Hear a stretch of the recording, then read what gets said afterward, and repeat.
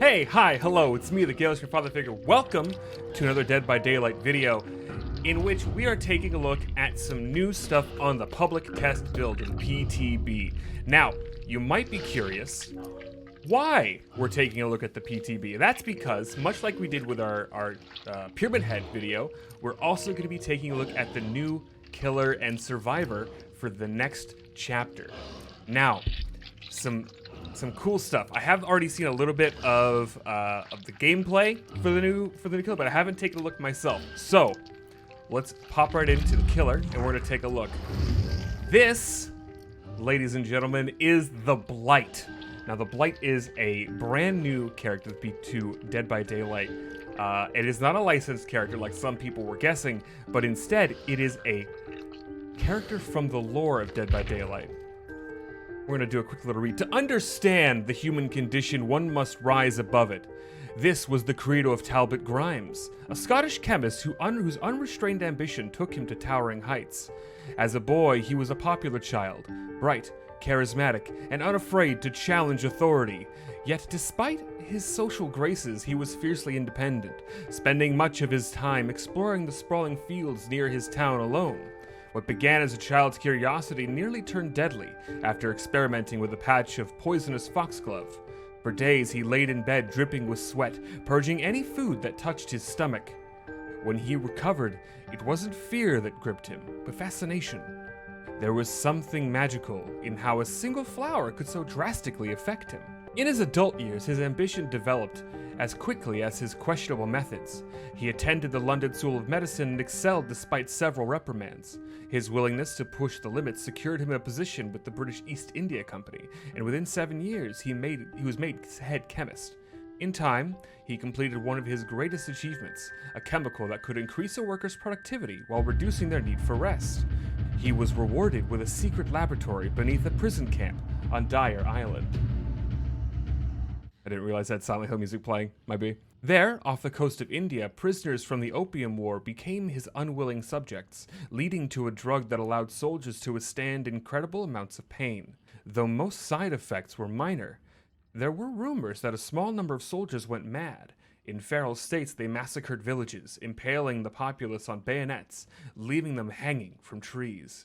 There were no official reports on the subject, and Talbot refused to blame himself for what could only be exaggerated war stories. Though his callous brilliance seemed unflappable, he was ignorant to the enemies his questionable work had amassed. The realization struck him quite literally, with a steel pipe to the back of his head during a trip to Mangalore. Go to horny jail. He was bound and loaded into a wagon. When his blindfold was removed, a sickly man showed him a mass grave filled with hundreds of bodies. Unbeknownst to Talbot, his productivity-increasing drug had killed nearly an entire factory's worth of workers. He knew he couldn't defend himself against the anger and accusations of his abductor. All he could do was curl up as the blows from the steel pipe rained down. His body was thrown into the grave and left for dead. Shifting between consciousness and the darkest black, he crawled for an escape, fingers sinking into rotten flesh. Black flies feasted on his uncovered skin, the sensation of 100 pinpricks stabbing into him. As he collapsed, he came face to face with the dead woman's dazzling hazel eyes. Too weak to pull away, he could do nothing but witness his life's work. Then, from the edge of death, he was brought back. He found himself on a small bed as a kindly, wrinkled face looked over him. With each pained breath, he was nursed back to health in an ancient mystery school, posing as a monastery. In verdant gardens beneath tall, unassuming walls, monks studied forbidden texts, striving to expand the human mind in the search for other dimensions, believing one to be connected to the other. Talbot's knowledge proved indispensable, his mind-altering chemicals integrating seamlessly with the theories of neural expansion. He realized then that his salvation was no coincidence. He was plucked from the pit specifically to advance the school's knowledge. He agreed to help until his recovery was complete, being tasked with researching what the monks called the soul chemical, a compound derived from the pineal gland that could open the mind's eye. What began as a favor to his savior soon became an obsession. Poring over the school's archives of lost texts, he uncovered scientific formulas that confirmed previously unthinkable ideas. He dreamt of ushering humankind into a new period of enlightenment. Perhaps then the nightmares of hundreds of dead factory workers and those two hazel eyes would fade from his mind. As he came closer to a breakthrough, the demeanor of the monks shifted. The gentle smiles they offered were paired with uneasy eyes that quickly darted away when spotted. The polite conversations he once was privy to turned to hushed murmurs. The last thing he would see of the school was the cracked ceiling above his bed, branching like a dendrite through plaster. His next memories were a shattered mosaic of images and sensations, smearing lights, horse hooves on cobblestone, coarse burlap scratching at his cheeks, and sharp bites into his arm. He awoke ragged and unwashed, splayed on the straw mattress of an opium den. Mind in a dense fog. His first thought was of his notes, the only record of his groundbreaking revelations. He searched frantically, scrambling through the dingy basement, pleading aloud for help. The few other denizens looked up from their hammocks, offering nothing but drug-soaked eyes and apathetic gazes that soon fell into half-slumber.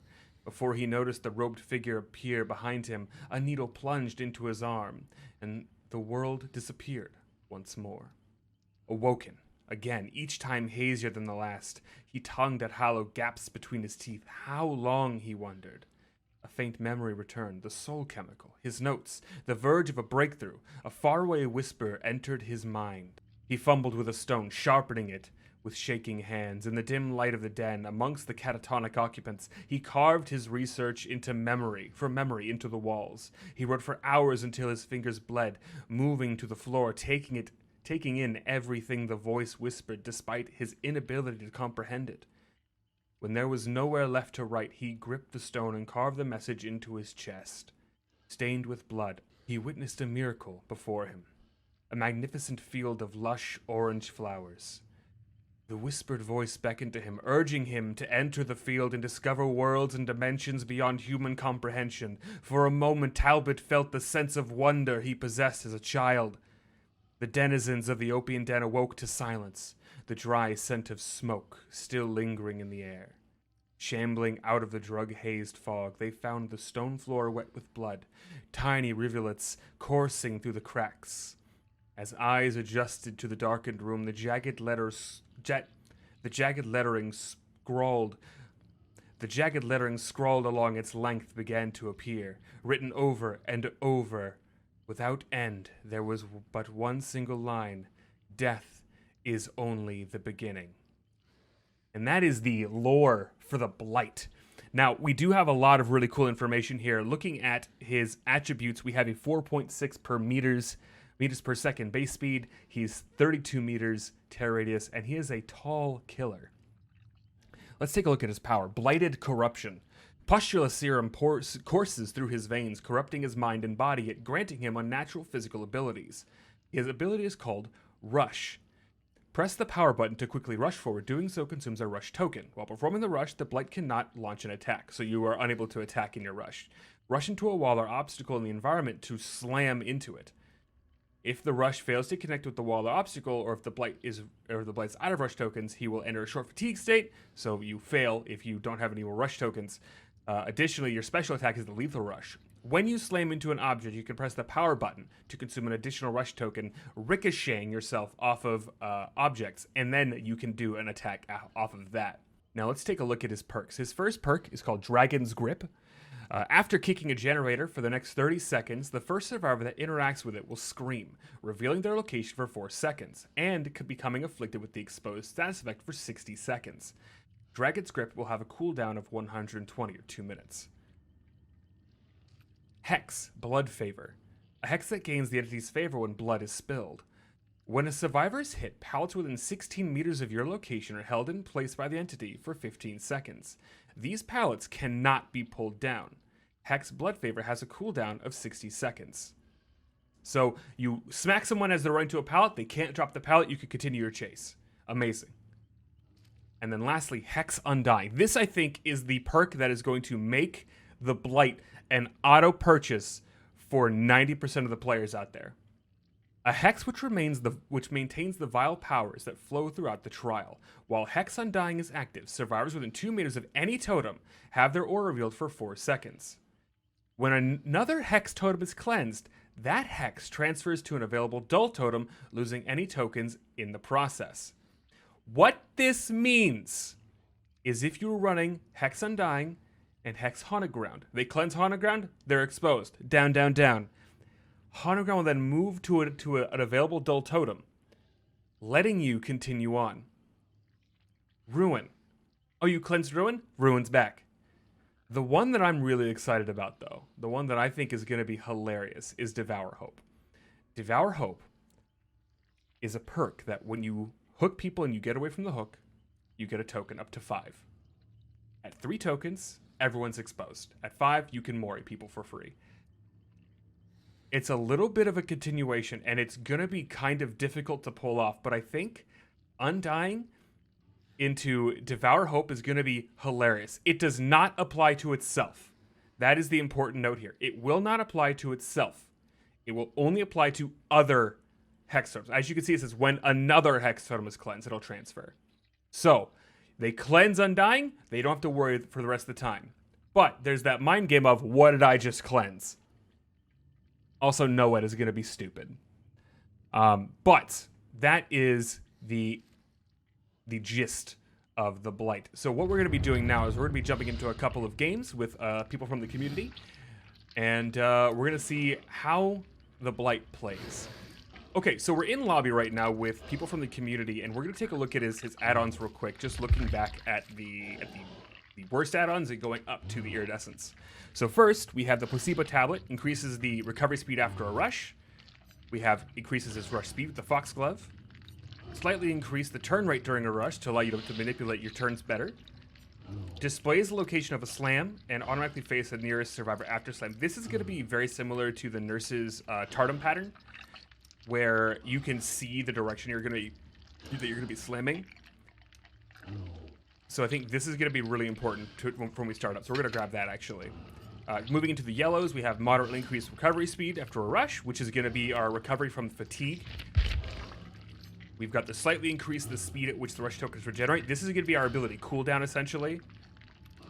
Canker Thorn, moderately increased turn rate during rushing. That's going to really help us out with our maneuverability. Blight Rat, increase the rush speed. Moderately increase the slam duration, which I think is going to be... I think it's the ability to chain one slam into another. Considerably increase the turn rate while rushing, which is going to be the same thing as the other ones. The slam duration considerably. Increase the amount of rush tokens available by 1. That's going to be pretty interesting to see.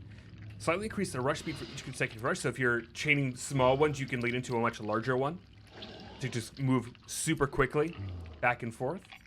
Moderately increase the speed at which rush tokens regenerate. Again, recovery speed. Gain the undetectable status while rushing, I think is really cool. So you just see a survivor rush in, they won't hear your terror radius, you just slap them. Summoning Stone.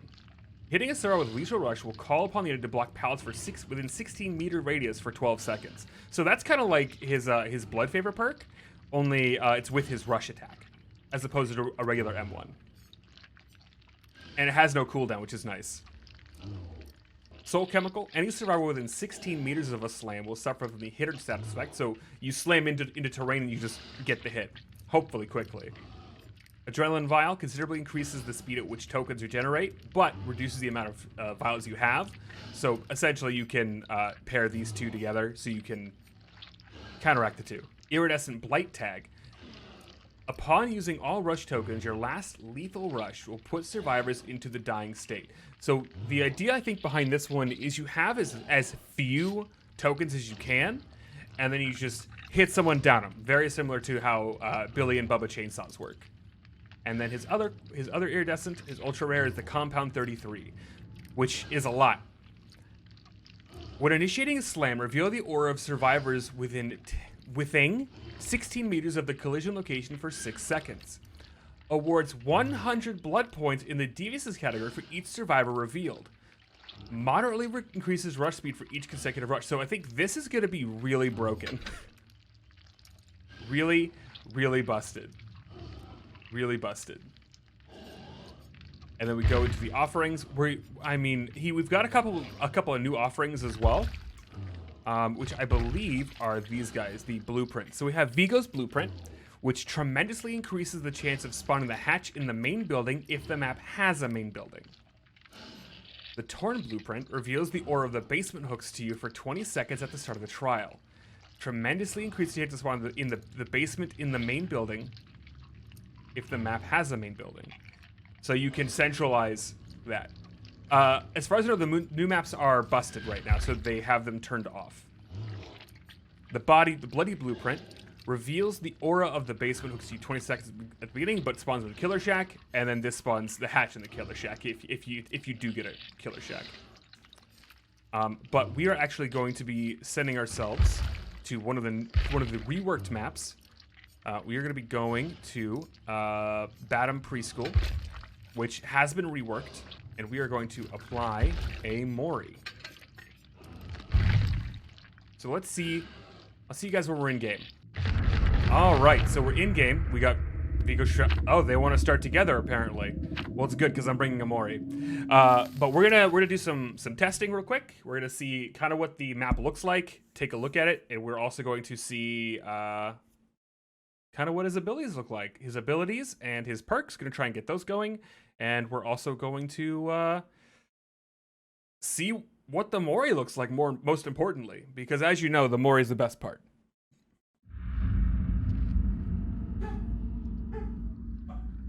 Ooh, a little bit of light. Okay, so immediately, this looks crazy. Look how tall this grass is. Oh, he's got heavy footsteps too. This is so cool. Oh, this map looks so big now. How am I a tall killer? I feel short. I feel like I'm manlet. Am I a manlet? Am I a 5'6" manlet?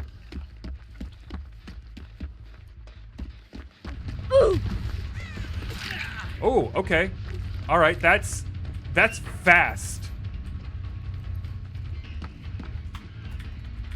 Okay, there's our grab right there. Let's go hook our first person. They are just struggling. Does he have high heels on? I think so. I think he's got high heels on. All right, so let's what we got.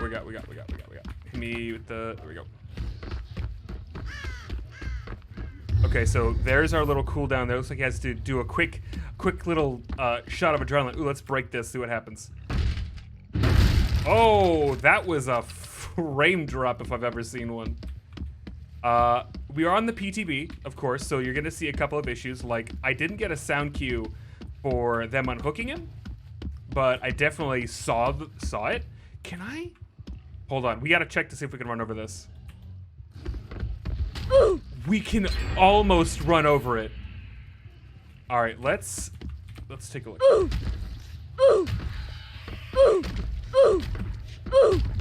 All right, so that is a little weird, but I kind of dig it. All right, looks like someone's doing a totem over here. So what we're gonna do is we're just gonna,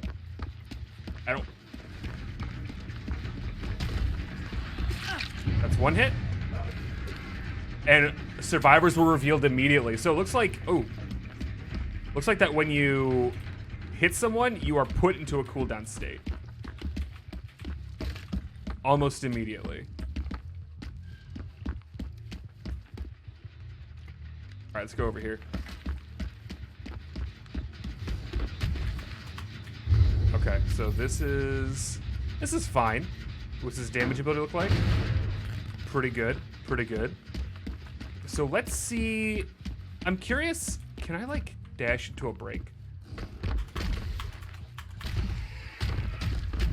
No, but I could smash my face against it immediately. Oh, here we go.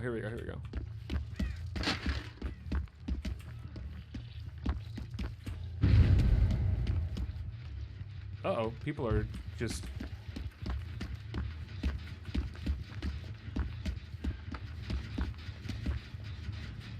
I heard you.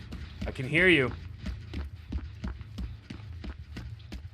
I don't know where these people are. Oh. Oh, there we go. Got a good grab. Got a great grab on Corn Dog. Let's just go ahead and hook him up real quick. And then we are just gonna...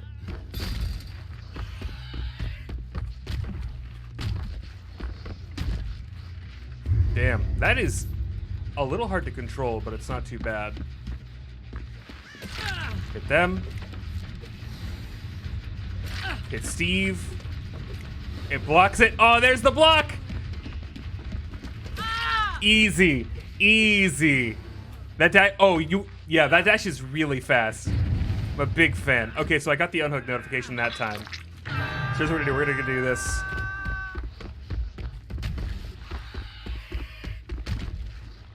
Damn, okay, we couldn't quite get there. Y'all need to save Corndog if you want him to live.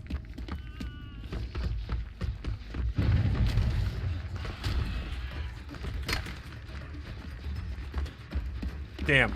Damn. I messed that up. Okay, so it's a little hard when you get bounced around like it's a pinball. Little bit difficult. Y'all need to get your mans.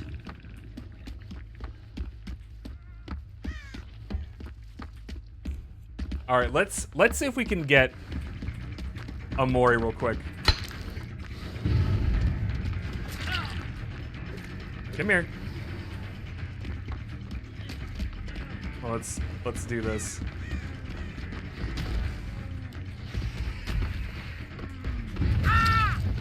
All right. Okay, everyone, let's watch the Mori. Let's watch the Mori on Steven. All right. Everyone gather around. Gather around. Let's all watch. Come here, children. We're going to watch this. We're going to watch. Yep, we got one. Where's everyone else?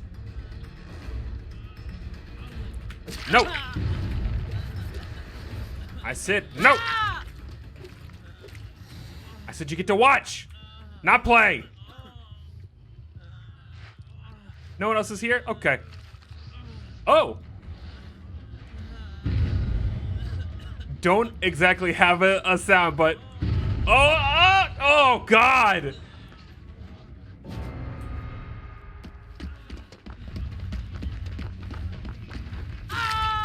No.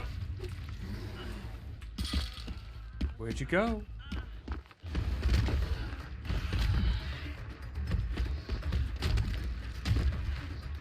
God, I'm stuck on the car. We're gonna break this real quick. Ooh, I like that a lot. I like the double hit.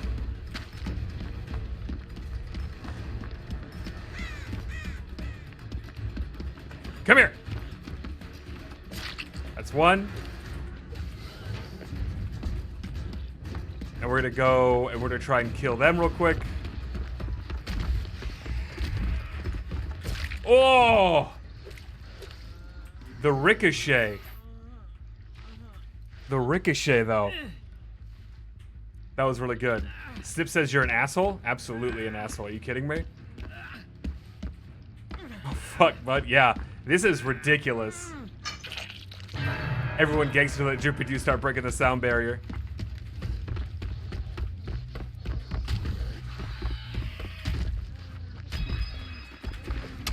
Damn, I missed. And when you miss your swing, oh!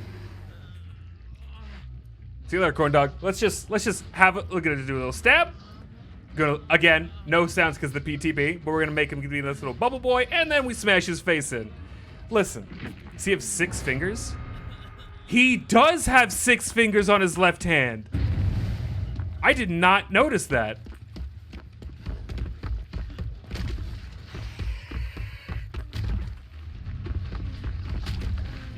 No! I got stuck. Tunneler? Yeah. Listen, it's fine.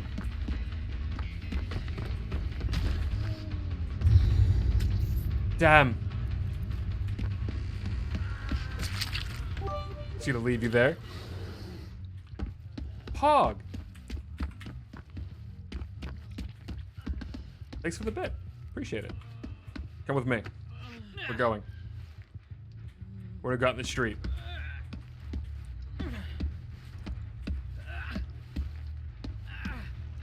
All right. We're gonna just drop you right here. And now we saw Snips over here as well. Let's try and find her, shall we? Let's just break this.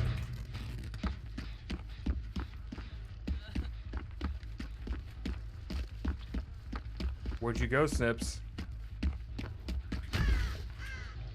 Now, the cool thing about his iridescent is you can actually use it as an information perk. Because when you slam into stuff, as you can see, the aura of all survivors are revealed to you. So if Snips is actually hanging out, I could say like, damn, I missed. How did I miss the fucking wall? No one's around. We keep going. Use it wisely. I will use it wisely. All right, so it looks like they're over here now. We're gonna go after...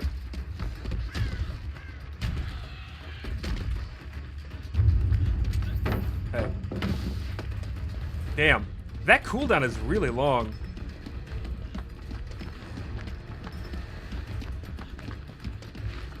That's one hit. I really wish he would make like an attack noise. Thanks for the posture fix. Appreciate that. All right, time to kill Steve. Steve has lived for too long. Goodbye, Steve. And I oop. Again, no sounds, but we're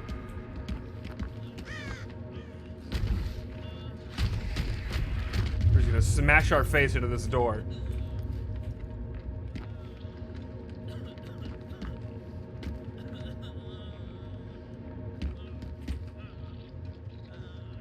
It appears that Snips is, not quite dead yet. Die. You need to die more. No, Steve needs to die. Deedles, come get this hatch. Go get the hatch.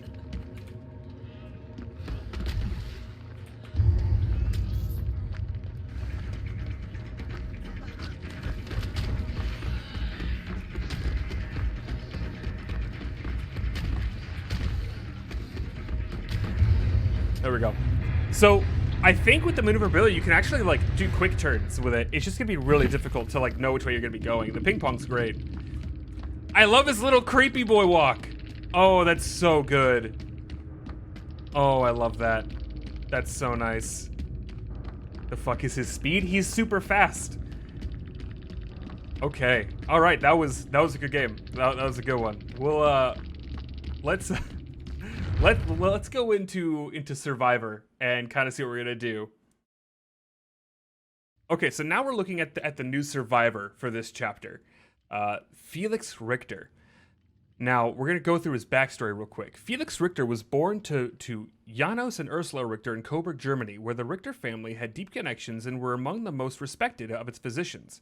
His parents, both members of an ancient society, were always out of the Richter manor. At the medical conferences or providing humanitarian aid around the world. Traveling exposed young Felix to new cultures, languages, and architecture unlike anything he had ever seen before. He wasn't sure when the architectural bug hit, but when it did, it bit hard, and he knew that despite his family's legacy, he would one day design buildings that would inspire the world. By 23, he was considered an architectural prodigy, having won the Swiss Architect Medal and German National Design Award. Yet despite his success, Felix couldn't shake the gnawing feeling that his success had more to do with luck and connections than talent and hard work. Growing up, Felix was socially awkward and introverted, preferring his imagination to the company of others. He had few friends, so when he wasn't traveling with his parents, Felix was in his father's library devouring rare books, studying history and architecture, soaking up anything and everything he could on architectural movements throughout the centuries. His father hoped young Felix would learn to be more outgoing and hired every possible specialist to help improve his social skills. When these efforts failed, he threw in the proverbial towel.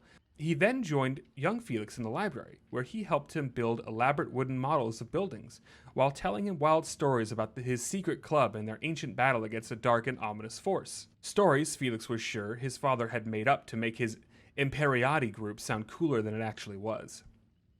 Felix sometimes wondered if his design sensibilities came from his summer trips to Dyer Island, a private island that boasted some of the world's finest homes and designs. Every summer, Felix would accompany his parents to the island, where members of the Imperiati would encourage their children to network and forge lifelong connections. Felix didn't mingle well with the other teenagers, but he did make 4 friends who, like himself, did quite fit the high society mold. They were often ridiculed by other teens and disparagingly called the pariahs, a name they liked and gladly adopted. Instead of practicing public speaking and engaging in endless debates, the pariahs spent most of their time exploring the ruins and mysteries of the island until one of their adventures took a turn for the worst. Exploring an abandoned internment camp, they descended into what seemed to be an underground laboratory where they uncovered old leather journals with illustrations and notes of inhumane experiments conducted on prisoners of the First Opium War held by the British East India Company. As they pushed through a locked door, they found a chamber scattered with human skeletons and dusty vials with an unknown serum. Before they could examine the contents, the ground seemed to shake beneath their feet, and a hissing sound filled their ears. A strange fog suddenly appeared, and giant claws seemed to burst from the ground as dark imagination mingled with reality to terrorize them.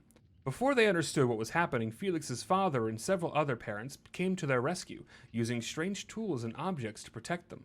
Felix stared at the scene in shock and disbelief. He wasn't sure if he was dreaming or living one of his father's ridiculous supernatural stories. By the time he realized it wasn't a dream, it was all over. The pariahs were safe, but their parents had mysteriously disappeared without a trace. After the shock of his father's disappearance, Felix searched for any theory that could help him understand the phenomena that he had encountered on the island. He exchanged notes with the pariahs and the other people he had met online, who had also lost loved ones in a similar way. The tragedy had fostered a strong relationship between the pariahs, and for years they worked together to unravel the mystery of what had happened to their parents. But nothing made sense. Every lead they pursued hit a dead end. With time, their efforts dwindled, and the five friends slowly grew apart, each going their separate ways, hoping to forget the nameless darkness that had robbed them of their parents. Over the years, Felix proved to be an exceptional architect, though he found little inspiration working for others. He realized his father was right. His lack of social skills was holding him back. With dedication and purpose, he improved his diction and decorum and learned how to network, or play act, as he liked to call it. He created the perfect facade to make himself more likable and popular with potential clients. After working for several architectural firms, he established his firm with his colleague, Lore and Golder. Both shared a similar vision and were philosophically opposed to formulaic modernistic buildings, often experimenting with unusual materials, shapes, and structures. Felix continued to undermine the traditional expectations in favor of the edgy and unconventional devices that set the architectural world abuzz. But even with all the accolades, he couldn't shake the feeling that he was a phony, like an actor who had learned a part instead of a true architect who had inspired the world with an impeccable design. During these moments of insecurity and self-doubt, he would distract himself with endless parties and drown his anxieties in alcohol, wishing his father was still around for some harsh advice and tempered wisdom. Eventually, Felix's girlfriend announced that he was going to be a father. The news shook him to the core, and wanting to inspire his unborn child as much as his father inspired him, he quickly pulled his life together. What he needed was a project that would challenge him and cement his worth as an architect. As fate would have it, the perfect opportunity presented itself when old friends of his father commissioned his firm, Richter and Golder, to build something new and unconventional on Dire Island. The challenge both excited and terrified Felix, who now drowned his anxieties with articles and books on parenting. Within 6 months, the Dire restoration project was underway, and as Felix surveyed the island, he suddenly heard a familiar voice calling out to him from beyond the shattered Victorian buildings and crumbling ruins, hiding dark stories, long hidden and forgotten. Through a strange gathering fog, he saw a form slowly take shape. His eyes widened and his lips parted, but no words issued forth. Could it be? Was it possible? No, it couldn't be. It was impossible, and yet... With dawning realization, Felix staggered back as he watched his father emerge from the fog. His legs felt weak, and his rising heartbeat thrashed in his ears. It was him. It was really him. His unborn child would know his grandfather, and he could finally show him how much he had accomplished since he disappeared. They stared at one another for a long moment. Then his father gave him a look of disappointment, turned his back on him, and proceeded to walk away. Over his pounding heart, Felix chased after him and was never seen again. So, Felix is Richter's Perks. Visionary. You're remarkably focused on your means of escape. You see generators' auras within 32 meters. Anytime a generator is completed, Visionary has a cooldown of 20 seconds. Desperate measures. You refuse to fail even during your darkest hour. For each injured, hooked, or dying survivor, the speed of your healing and unhook actions is increased by 10%. And built to last. You know how to get the most out of your tools. Once per trial, a depleted item will refill 30% of its charges after 10 seconds. So, basically, you bring a good medkit or a good toolbox, you deplete it, and it's going to be back with 50% of its charges at max rank. I believe this is 14 seconds, 14% at max rank. But yeah, that's a little crazy. So we have an individual whose family was built around what seems like preventing creatures like the entity from coming to fruition. So I think for this build that we're going to be doing, we're going to do a survivor build, right? We're going to do the biggest survivor build we can. We're going to do this, and now do survivors have... Okay, so we can spawn the hatch in the main building or in the shack, which I think we're gonna spawn in the killer shack if we can. We're gonna spend it here. But our perks, we're gonna be using all of his perks. So we're gonna be using Built to Last, which will replenish 50% of its charge after 10 seconds. Additionally, we're gonna be bringing in Visionary, and then Desperate Measures, right? Break. Desperate Measures. There we go. And then I think for our last perk, we're actually going to be bringing in something that I think will be really helpful overall. And I think we'll be bringing in Pharmacy. Because I want to check out the Streetwise. Why Streetwise? I'm interested to see what people think I should be bringing in Streetwise. I'm bringing this in. More tool. I think. No, you know what we should try? I want to try Autodidact with his healing perk. Autodidact. Here we go. Let's do it. All right. Let's make it happen. Okay, so now we're doing our survivor game. With us though, we have some people from the community. We've got Corndog, Sipsa VHS, Exponent, and Deadly Viper, who are going to be hanging out with us while we do a wonderful little game. We are also recording this live on Twitch, twitch.tv/Galestrom. Follow. Subscribe. Follow, like, and subscribe. Hit Follow the Gale or I'll stroke notification button. I think Snap got out. Oh. Okay. Oh. His little animation when you load in is kind of gross. I didn't change the map. It's fine. Okay. The so 6 fingers. This looks really good. I like this new locker. Yeah, there's new animations. Oh, the turn radius thing. 10 out of 10. All right, well let's do toolbox repair. Oh, no. the new animation for the repairs is so good, and it looks like you're actually doing things. You're not just shoving your hands inside of a generator. Although I did just shove my face inside of a generator. So Gale, a little heads up on the new Batum with the breakable doors. Mm-hmm. Don't open the doors at either end of the school. It gives survivors a free whatchamacallit. Oh my Generator? god. Loot. Okay, so when you are repairing with a toolbox, and you bring his perk that lets you regen or refresh it, if you don't let go of right mouse, it just automatically switches back into using the toolbox. That is so nice. Hello, friends. Hello.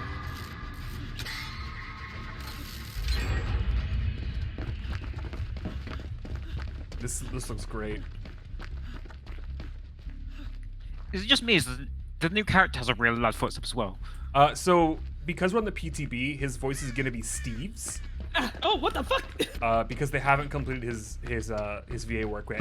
I couldn't stop bouncing. Oh boy. Controls are being a little floaty again. Yeah, it's PTB. Alright, let's see if we can do this.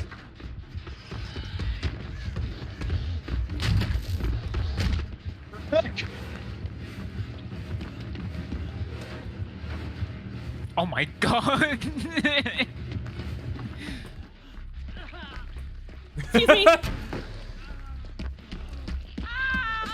Oh my god! Just immediately go down. This is great. I thought I'd have enough time because I've got sprint burst. Oh no. I wonder who's faster, sprint burst or his chase. Definitely the chase. You want to meet me on Main Street? We'll just drag race, I guess. If anyone has sprint burst on. I have it. Ow. Hey man, can you not hurt me though? Is that a thing you can do? All right. Oh, I boy. want to Where'd it check go? out our Didact heal real quick. So No, wait, no. come here. No, Let me heal you up real quick. I'm stuck! It's not the Damn. public test build for nothing. Oh. I just use Okay. fuck. I just use breakfast. Oh my god. Oh, whoa! I just got stuck in the hook for a second. What the fuck? I bounced into the hook and got stuck in an animation. Let me heal you again. What? It wouldn't let me swing at you guys. What Really? The fuck? Yeah. Okay. Like That's so like, weird. these- Oh my god. Can you not swing at Oh, all? No, I can swing. It's just when I go like this. Oh. Oh, you didn't Weird. swing and I still got hurt. What? It's probably because you can't swing during the thingy, so it's just probably it's a code bug. All right, let's my do God. some drag racing. Oh yeah. Yeah. Here. You both start right here. I need to start where I can bounce off of something. All right, and you're gonna go as fast as you can, all the way the ambulance? to the ambulance. All right. Alright. I'm gonna watch as you use faster. Okay, ready? 3, 2, 1, go! Oh fuck that! See you later. Yeah, I think he wins. I think he wins a little bit. Oh, the hedgehog wins. No, where the fuck did you go? Nowhere. Oh, great. Didn't go I hate how it- nowhere. I hate how there's just doors in some of the doorways now. Oh yeah. Okay. He's like right here. I wouldn't recommend this. Ah damn. It's gonna be really hard to like juke you. Predict him? Yeah. Don't. Do it, don't. do it, do it, Stop do it, do Stop it, do it. Stop it. You know what? Ow. Come here. Come here, you trash goblin. Oh no. Don't get me. I'm the trash Don't get me. man. Okay, so the injured thing does not modify your recovery rate. There, Steven! Steve. Oh man. Holy shit. This is hilarious. Never mind. Damn it. Ah! Man, I just got up. That's fucked up. Alright, let's see here. There is a close hook. You are really Snips? Really? I'm the Thoom! Jesus Oh, Christ. where the... I gotta inject my heart real quick. Gale, have I hooked you yet? No. Holy shit! No, Sips! I'm gonna...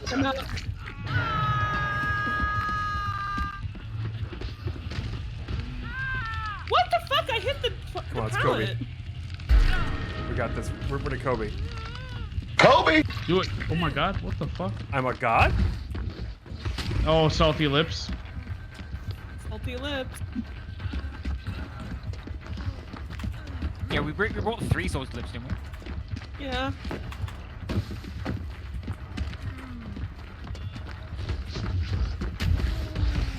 What? What? It What? bugged out again, you son of a bitch! You're not even walking, you're just floating!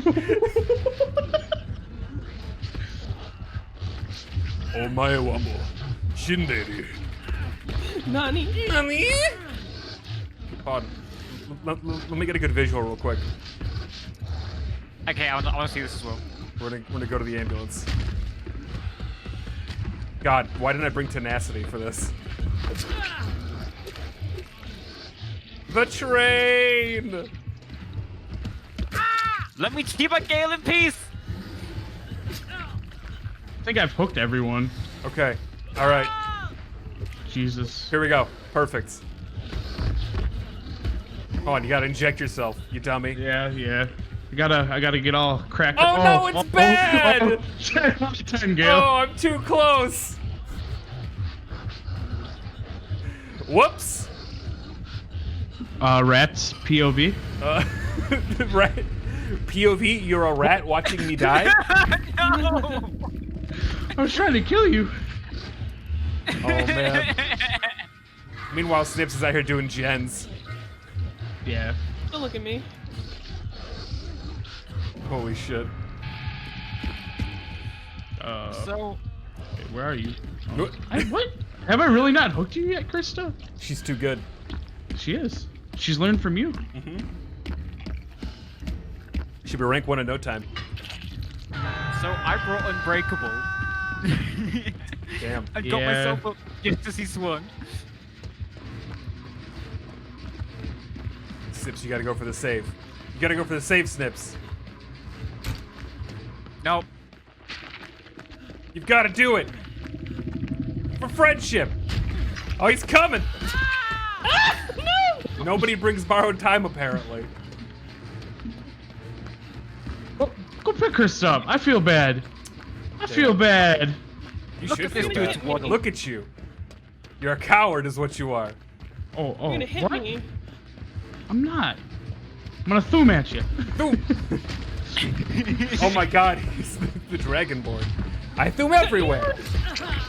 You motherfucker. So Well, is now the I'm undetectable? dead. What? No, she's not. Well, I'm not gonna go get her if you're gonna camp I'm her. not gonna camp her. Just pick her up. Here, Krista, where'd you go? She's going to the basement. She's, like, Why? she's like, this is where I belong. Look at this dude's waddle. Oh my god. Where is the basement entrance? What the fuck? Oh, there it is. Excuse me, sir. Pardon me, excuse me. Let's see here. This is why you bring tenacity. Is there anything down here? Man, you got the flattest feet, Stompy Yeah. boy. Stomp, stomp, stomp, stomp, stomp, stomp, stomp. Oh!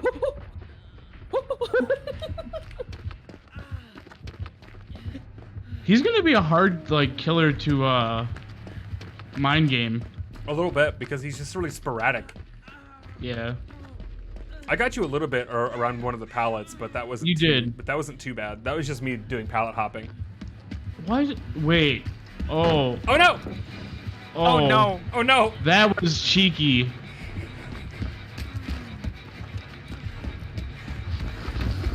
Oh! Oh, you can't break through it. Damn it. No, you can't. That. Why isn't that an add-on? Because that'd be busted. I mean, Billy has one. Yeah, but Legion Billy- has one. Yeah, but like, come on. Does he really need more? No. Oh my god. He's slow. Like without his. Yes. That's almost like how it's supposed to be balanced. God. Oh, I got stuck on the door. How'd you Shit. refill the tokens? What was that? What? How'd you refill the tokens? It just refills automatically. Oh, over time. Yeah, yeah. There are cooldown reduction that you can grab for it, but beyond that, it's just waiting. Wow. What? Chris is fucking just running you. Oh. Must feel bad, dude. I mean, Aren't you a purple rank killer? ouch. Yikes. Yeah. Oh shit. Oh, no! Walked right into a dead end. Oh, Nice, good. dude. 10 Nice out of 10. visual. Yes, love to Hell see it. yeah. Love to see it. Are you Snips. kidding her? Snips. Yeah. Yes. Yeah. Go to the killer shack. Uh, And Worth it. basically, all we saw was a wall. Yeah. Yeah, it's all we saw. I see. I mean, the hatch is open now, though. Yeah. And it's guaranteed being. Wait, is it guaranteed or just higher chance? It's guaranteed to be opened. And Not in the killer shack. It's outside of it. oh, well, it's near the killer shack. Yeah, it's absolutely near. Like It's good the enough. The killer shack is by the ambulance Snips. Oh. I was Who gonna sh- say I have no who idea cares? where the killer shack is. What? Oh, I wonder how endgame collapse is going to be with this guy. What? Why are dead bodies still coughing? Yeah, that's It's a that's a feature. really weird bug. It's a feature. I didn't know we were playing Dauntless. Oh my god, no one wants to talk about Dauntless. You're right.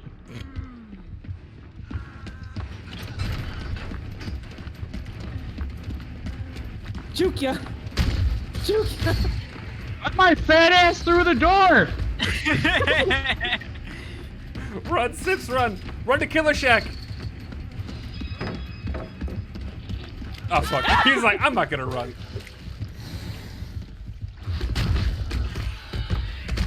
Oh, Jesus. Why is he just humping a car? Because it's funny. Nice. Why are you killing this tire? What did this I am tire the- do I to am the you? cum car. I love the I way he need to- just like looks. Like he's Right? he's looking for the next kill. It's so good. Well, that was fun. That was a good game. Wowee. 30K. Not bad. Not bad. All right. 30K Well, flat as well. I think that's gonna be it for this video. Thanks so much for watching our analysis and look at the new killer and survivor. Remember to hit that subscribe button down below if you'd like to see here. Hit the bell to get notifications when we do more videos like this. And if you like what you saw, throw a comment down below. Let me know what you think. But if I don't see you. See you later. Bye, guys. So to go.